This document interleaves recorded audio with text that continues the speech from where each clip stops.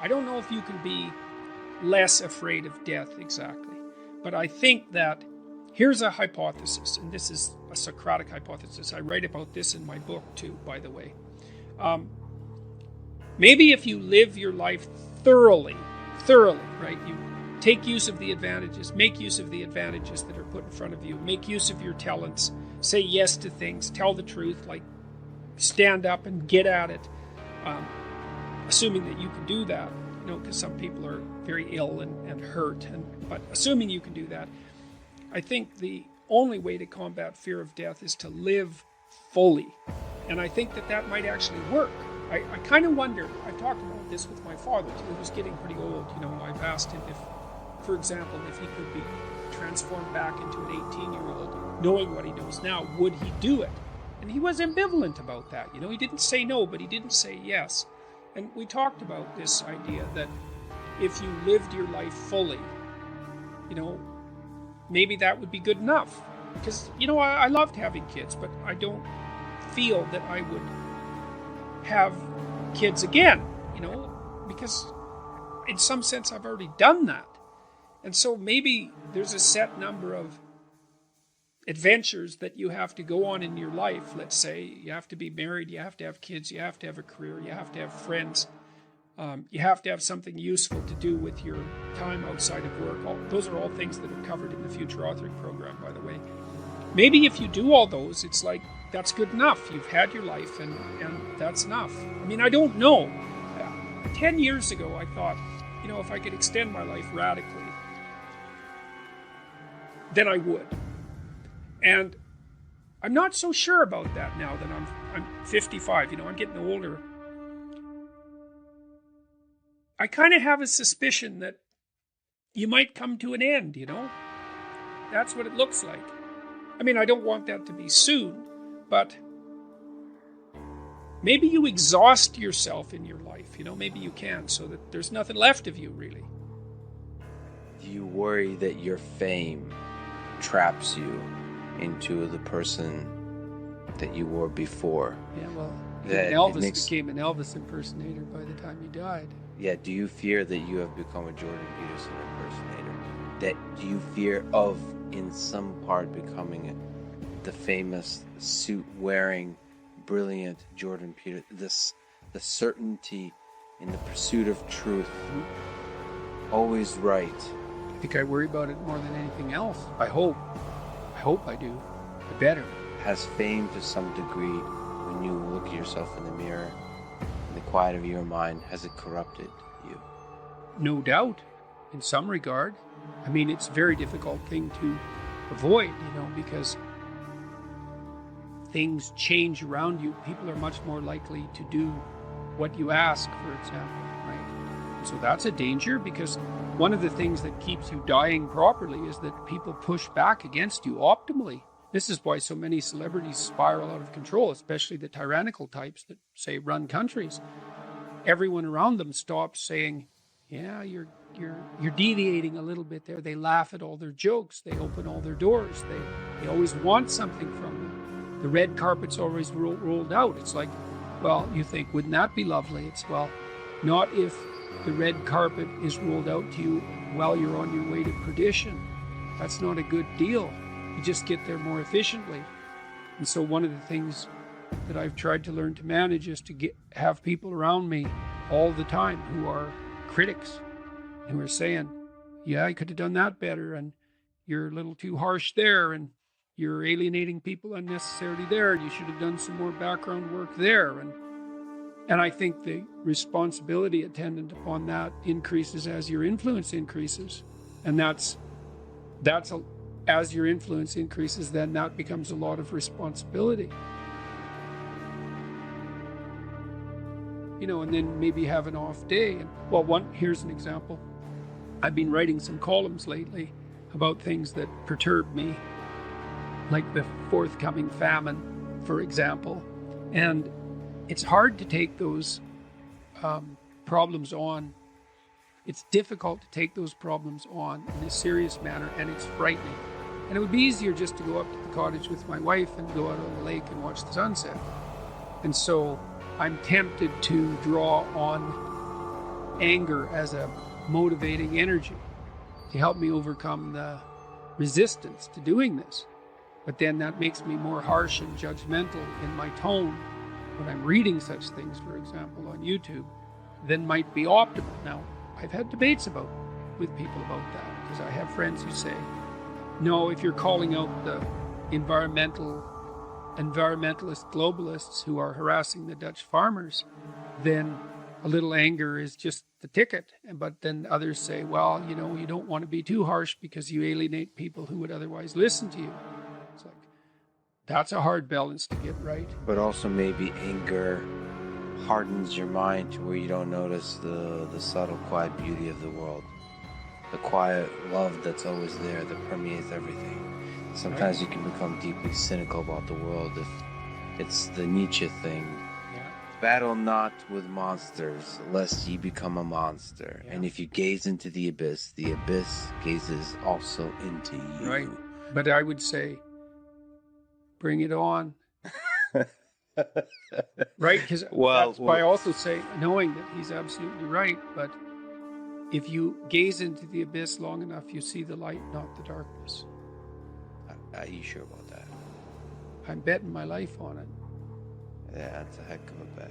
Well, that's... Because it might distort your mind to where all you see is abyss. Is abyss, yeah. is the evil in this world. Well, then I would say you haven't looked long enough.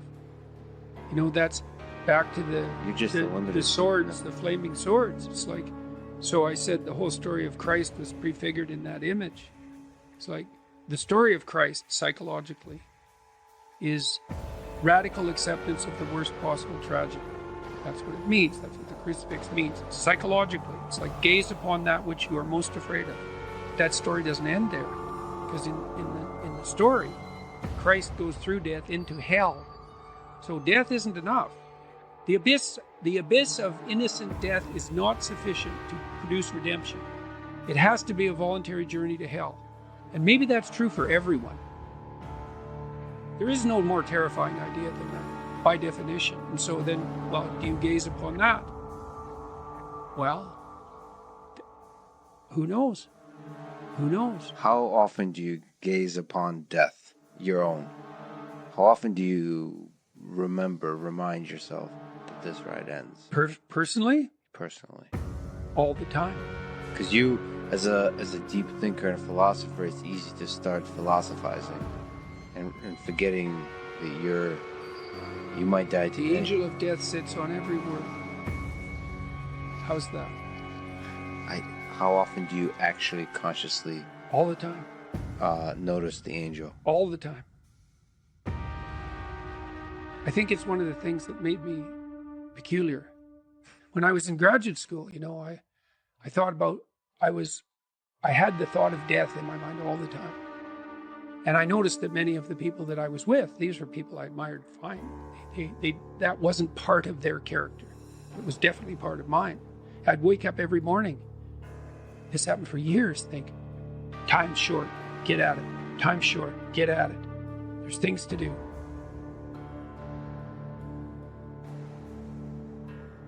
And so that was always, it's still there. And it's still there, I would say. And it's unbearable in some sense. Are you afraid of it? Like what's your relationship? Yeah. I was ready to die a year ago. And not casually. I had people I loved,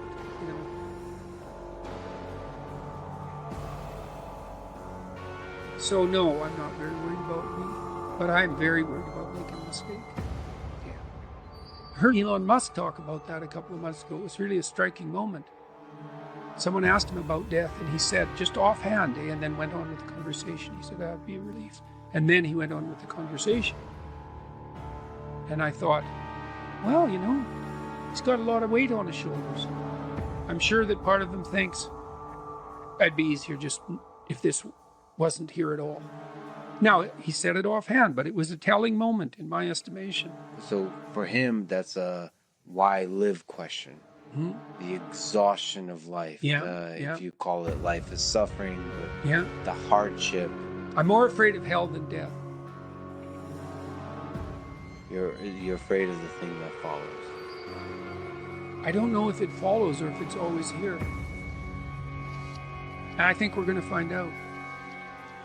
What's the connection between death and hell? I don't know. I don't know. I don't know. Is there something that needs to be done before you arrive? You're more likely to die terribly if you live in a manner that brings you to hell.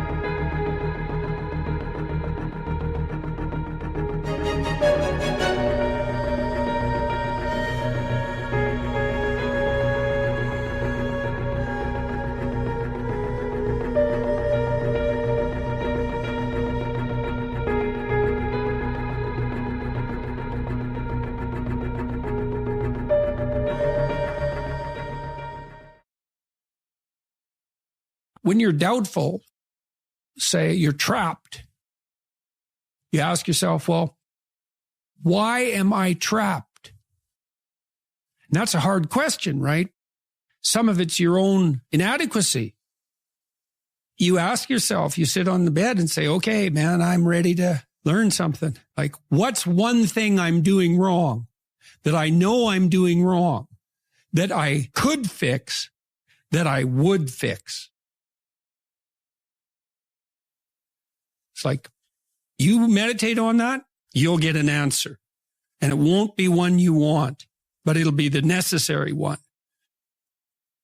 We kind of experience life as if we're tossed into it. You're male and not female. You're Hindu and not Christian.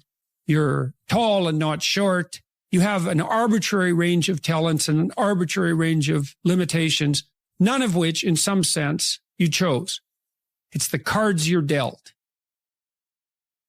Now, some of those are cards of privilege.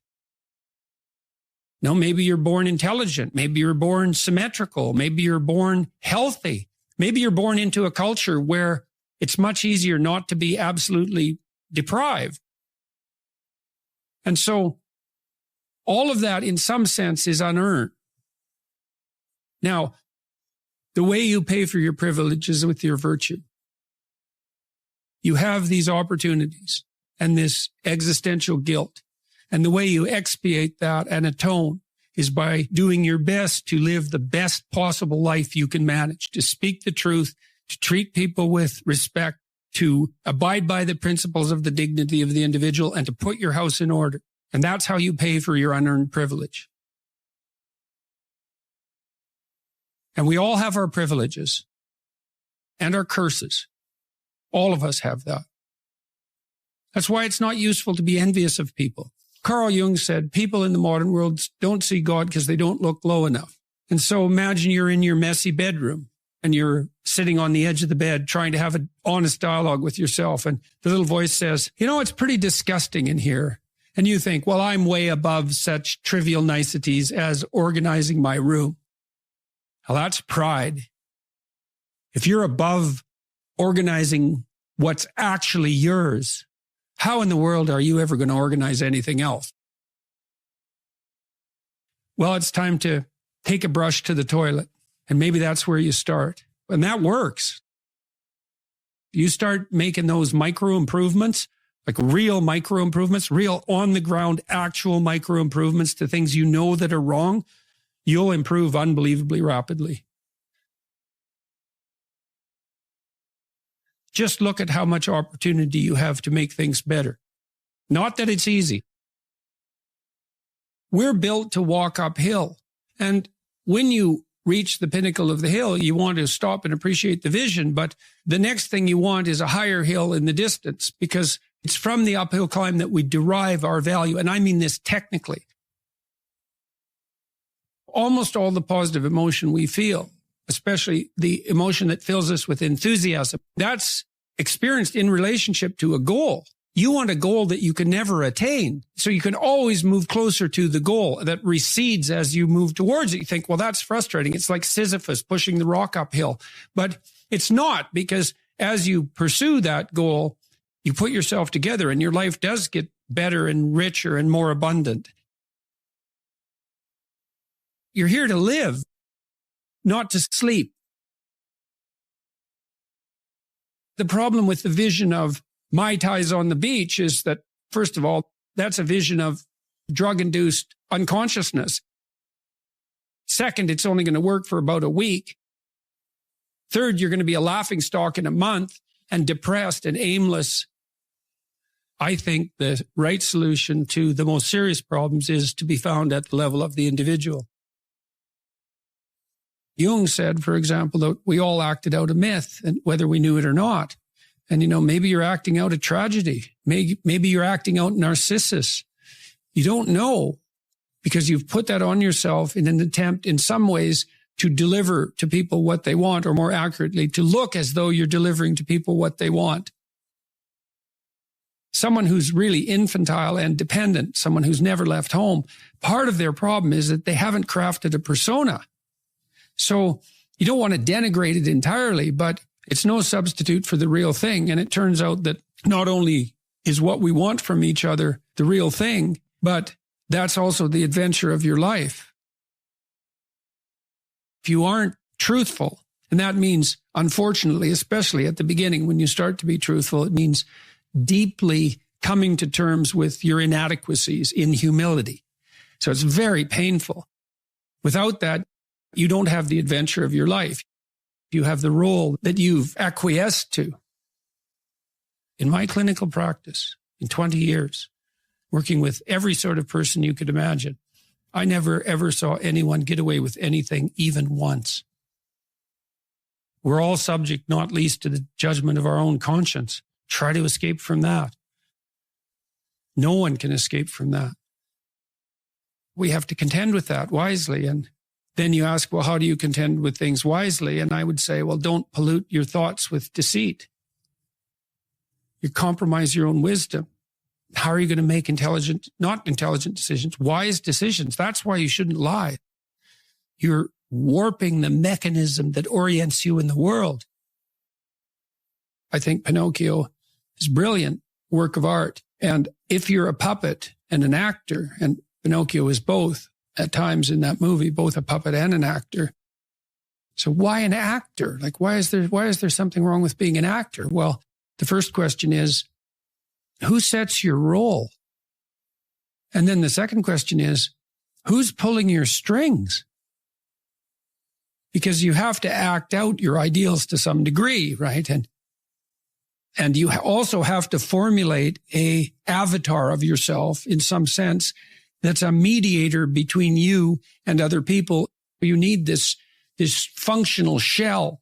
The problem arises when that functional shell is all that there is. And then the real person underneath is just desperate and unhappy because nothing of what's being acted out reflects a true underlying reality. You don't want someone else's fate. Man, your fate's enough. So you speak truthfully and you watch what happens. Will truth, beauty, and love save the world? Well, you can find out.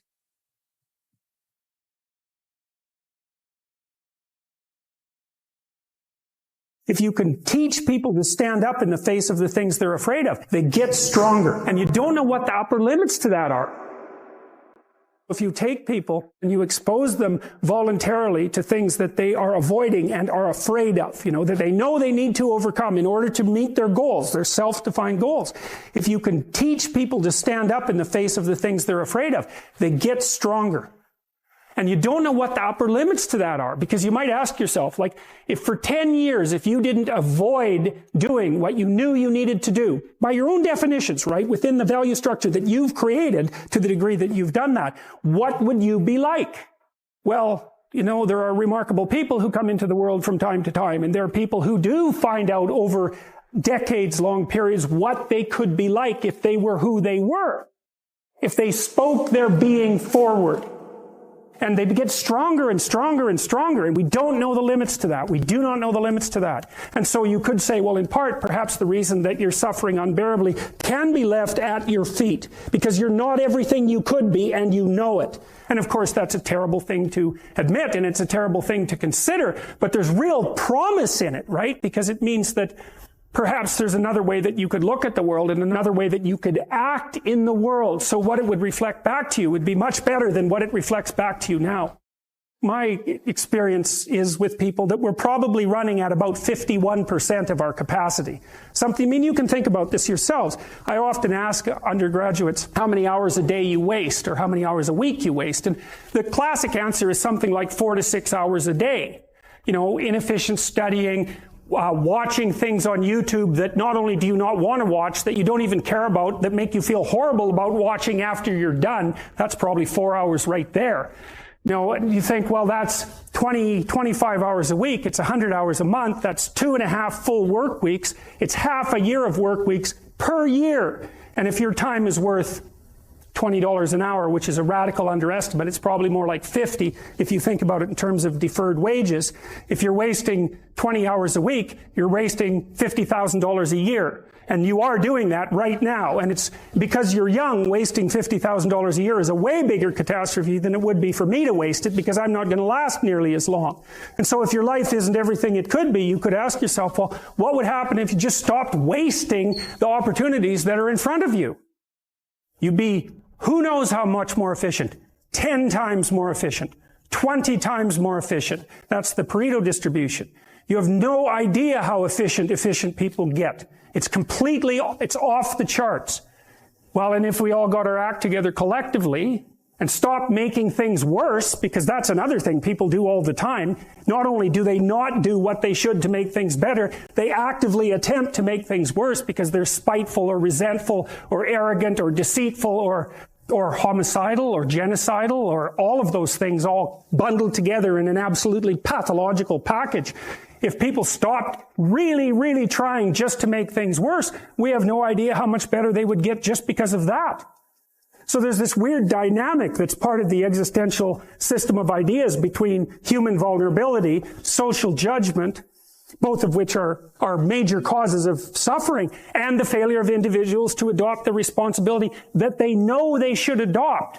And that's the thing that's interesting too, is that, and like another thing I've often asked my undergraduate classes is, there's this idea that people have a conscience.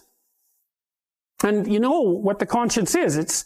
It's this feeling or voice you have in your head just before you do something that you know is stupid, telling you that probably you shouldn't do that stupid thing. You don't have to listen to it, strangely enough. But you go ahead and do it anyways, and then, of course, exactly what the conscience told you was going to happen inevitably happens, so that you feel even stupider about it than you would if it happened by accident. Because you know, I knew this was going to happen, I got a warning it was going to happen, and I went and did it anyways. And the funny thing, too, is that conscience operates within people, and we really don't understand what the hell that is. So you might say, well, what would happen if you abided by your conscience for 5 years or for 10 years? What sort of position might you be in? What sort of family might you have? What sort of relationship might you be able to forge? And you can be bloody sure that a relationship that's forged on the basis of who you actually are is going to be a lot stronger and more welcome than one that's forged on the basis of who you aren't. Now, of course, that means that the person you're with has to deal with the full force of you in all your ability and your catastrophe, and that's a very, very difficult thing to negotiate. But if you do negotiate it, well, at least you have something, you have somewhere solid to stand, and you have somewhere to live. You have a real life, and it's a great basis upon which to bring children into the world, for example, because you can have an actual relationship with them instead of torturing them half to death, which is what happens in a tremendously large minority of cases. Well, it's more than that too, because, and this is what I'll close with, and this is why I wanted to introduce Solzhenitsyn's writings to you. You see, because it isn't merely that your fate depends on whether or not you get your act together and to what degree you decide that you're going to live out your own genuine being. It isn't only your fate. It's the fate of everyone that you're networked with. And so, you think, well, there's 7 billion people in the world. We're going to peak at about 9 billion, by the way, and then it'll decline rapidly. But 7 billion people in the world, and who are you? You're just one little dust mote among that 7 billion. And so it really doesn't matter what you do or don't do, but that's simply not the case. It's the wrong model, because you're at the center of a network. You're a node in a network. Of course, that's even more true now that we have social media. You'll know 1,000 people, at least over the course of your life. And they'll know 1,000 people each. And that puts you one person away from 1 million and 2 persons away from 1 billion. And so that's how you're connected. And the things you do, they're like dropping a stone in a pond. The ripples move outward, and they affect things in ways that you can't fully comprehend. And it means that the things that you do and that you don't do are far more important than you think.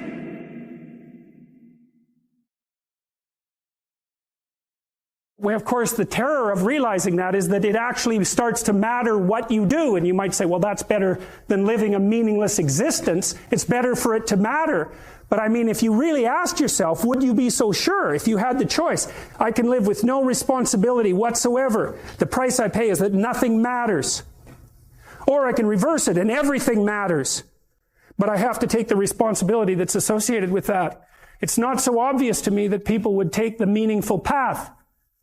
You know, when you say, well, nihilists suffer dreadfully because there's no meaning in their life, and they still suffer. Yeah, but the advantage is they have no responsibility. So that's the payoff, and I actually think that's the motivation. Say, well, I can't help being nihilistic. All my belief systems have collapsed. It's like, yeah, maybe. Maybe you've just allowed them to collapse because it's a hell of a lot easier than acting them out.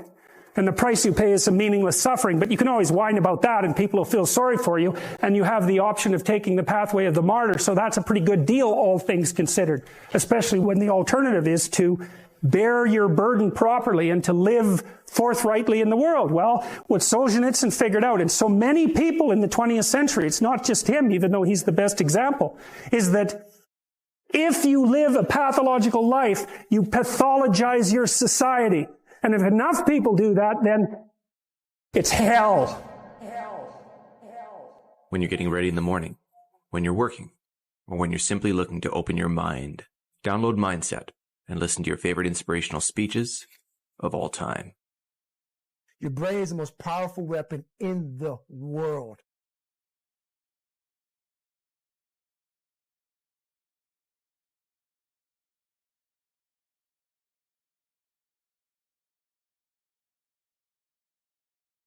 People have an unspecified potential for development, educationally, obviously, with regards to the skills they have, but also in relationship to their character. And it's much more encouraging for people, I think, to concentrate on who they could be rather than who they are, especially when they're young, because they still have most of their life ahead of them and they're not everything they could be yet.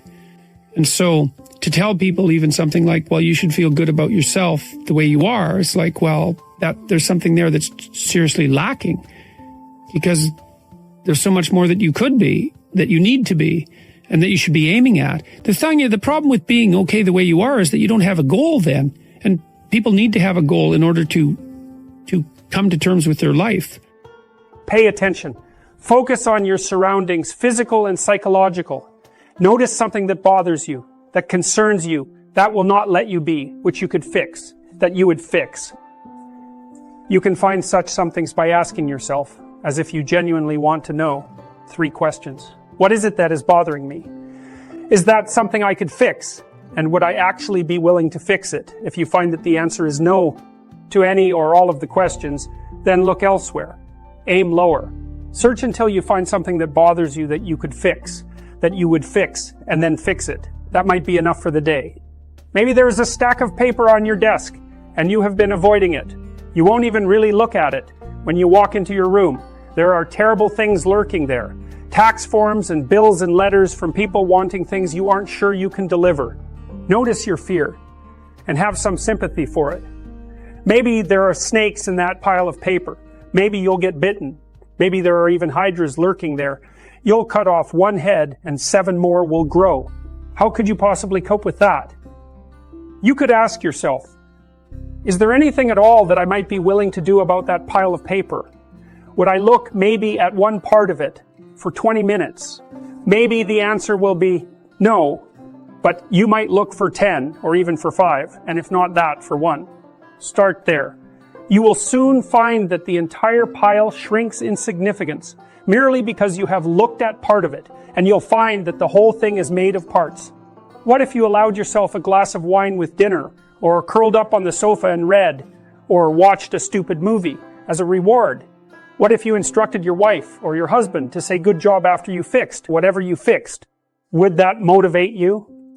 The people from whom thanks you want might not be very proficient in offering it to begin with, but that shouldn't stop you. People can learn, even if they are very unskilled at the beginning. Ask yourself what you would require to be motivated to undertake the job, honestly, and listen to the answer. Don't tell yourself, I shouldn't need to do that to motivate myself. What do you know about yourself? You are, on the one hand, the most complex thing in the entire universe, and on the other, someone who can't even set the clock on your microwave. Don't overestimate your self-knowledge. Let the tasks for the day announce themselves for your contemplation. Maybe you can do this in the morning as you sit on the edge of your bed. Maybe you can try. The night before, when you are preparing to sleep, ask yourself for a voluntary contribution. If you ask nicely and listen carefully and don't try any treachery, you might be offered one. Do this every day, for a while, then do it for the rest of your life. Soon you will find yourself in a different situation. Now you will be asking yourself habitually, what could I do that I would do to make life a little better? You are not dictating to yourself what better must be. You are not being a totalitarian or a utopian, even to yourself, because you have learned from your own experience that being a totalitarian is a bad thing. Aim high. Set your sights on the betterment of being. Align yourself in your soul with truth and the highest good. There is habitable order to establish and beauty to bring into existence. There is evil to overcome, suffering to ameliorate, and yourself to better. It is this, in my reading, that is the culminating ethic of the canon of the West. It is this, furthermore, that is communicated by those eternally confusing, glowing stanzas from Christ's Sermon on the Mount, the essence, in some sense, of the wisdom of the New Testament. This is the attempt of the spirit of mankind to transform the understanding of ethics from the initial, necessary, thou shalt not of the child and the 10 Commandments into the fully articulated positive vision of the true individual. This is the expression not merely of admirable self-control and self-mastery, but of the fundamental desire to set the world right. This is not the cessation of sin, but sin's opposite, good itself. The Sermon on the Mount outlines the true nature of man and the proper aim of mankind. Concentrate on the day so that you can live in the present and attend completely and properly to what is right in front of you. Do that only after you have decided to let what is within shine forth so that it can justify being and illuminate the world. Do that only after you have determined to sacrifice whatever it is that must be sacrificed so that you can pursue the highest good. Realization is dawning. Instead of playing the tyrant, therefore, you are paying attention. You are telling the truth. Instead of manipulating the world, you are negotiating instead of playing the martyr or the tyrant. You no longer have to be envious because you no longer know that someone else truly has it better. You no longer have to be frustrated because you have learned to aim low and to be patient. You are discovering who you are and what you want and what you are willing to do. You are finding that the solutions to your particular problems have to be tailored to you personally and precisely. You are less concerned with the actions of other people because you have plenty to do yourself. Attend to the day, but aim at the highest good. Now, your trajectory is heavenward. That makes you hopeful. Even a man on a sinking ship can be happy when he clambers aboard a lifeboat, and who knows where he might go in the future. To journey happily may well be better than to arrive successfully. Ask and ye shall receive. Knock and the door will open. If you ask as if you want and knock as if you want to enter, you may be offered the chance to improve your life a little, a lot, completely. And with that improvement, some progress will be made in being itself. Compare yourself to who you were yesterday, not to who someone else is today. If you start with the presumption that there's a baseline of suffering in life and that can be exaggerated as a consequence of human failing, as a consequence of malevolence and betrayal and self-betrayal and deceit and all those things that we do to each other and ourselves that we know that aren't good, that amplifies the suffering. That's sort of the baseline against which you have to work. And it's contemplation of that often that makes people hopeless and depressed and anxious and overwhelmed and all of that. And they have the reasons. But you need something to put up against that. And what you put up against that is meaning. Meaning is actually the instinct that helps you guide yourself through that catastrophe. And most of that meaning is to be found in the adoption of responsibility. So if you think, for example, if you think about the people that you admire, well, you think about when you have a clear conscience first, because that's a good thing to aim at, which is something different than happiness, right? A clear conscience is different than happiness. You feel that you've justified your existence, right? And so you're not waking up at 3 a.m. in a cold sweat thinking about all the terrible things that you've involved yourself in. The opportunity you lost, or the things that you've let go that you should have capitalized on, and all of that. And so If you think about the times when you're at peace with yourself with regards to how you're conducting yourself in the world, it's almost always conditions under which you've adopted responsibility, right? At least the most guilt I think that you can experience perhaps is the sure knowledge that you're not even taking care of yourself, so that you're leaving that responsibility to other people, because that's pretty pathetic. And unless you're psychopathic and, you know, and you're living a parasitical life, and that characterizes a very small minority of people, and an even smaller minority think that's justifiable. But most of the time you're in guilt and shame because you're not only are you not taking care of yourself, let's say, so someone else has to, but you're not living up to your full potential. And so there's an existential weight that goes along with that. Consider your circumstances. Start small. Have you taken full advantage of the opportunities offered to you? Are you working hard on your career or even your job? Or are you letting bitterness and resentment hold you back and drag you down? Have you made peace with your brother? Are you treating your spouse and your children with dignity and respect? Do you have habits that are destroying your health and well-being? Are you truly shouldering your responsibilities? Have you said what you need to say to your friends and family members?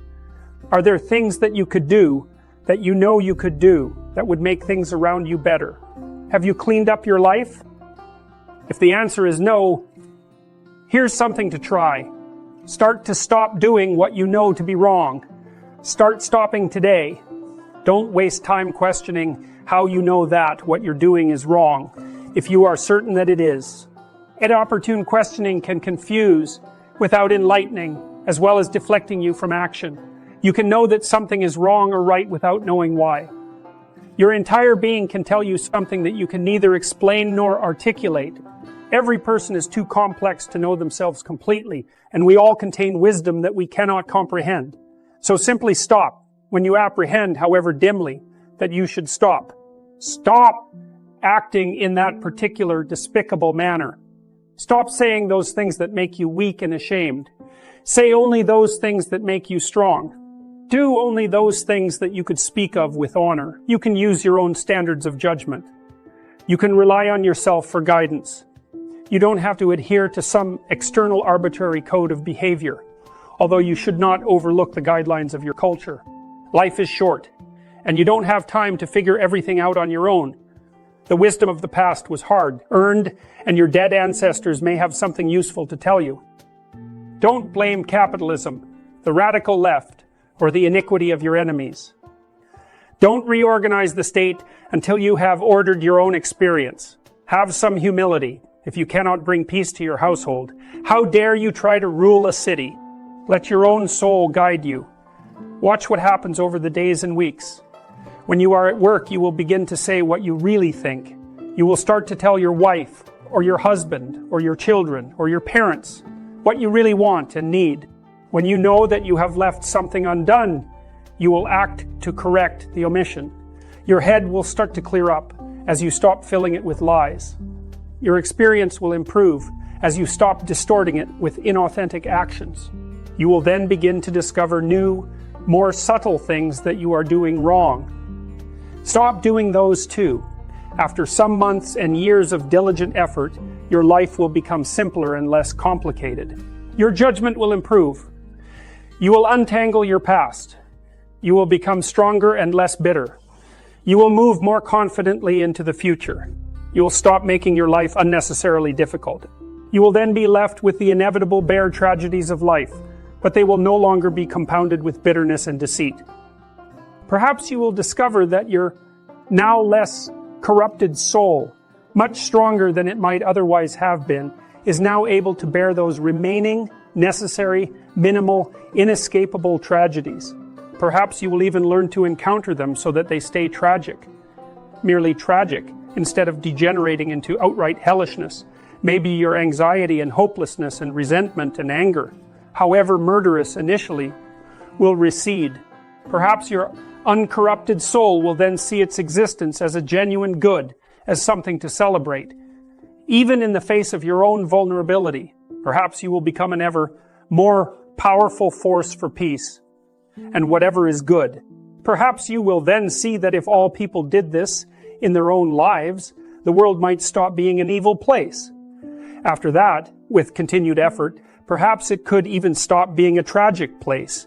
Who knows what existence might be like if we all decided to strive for the best?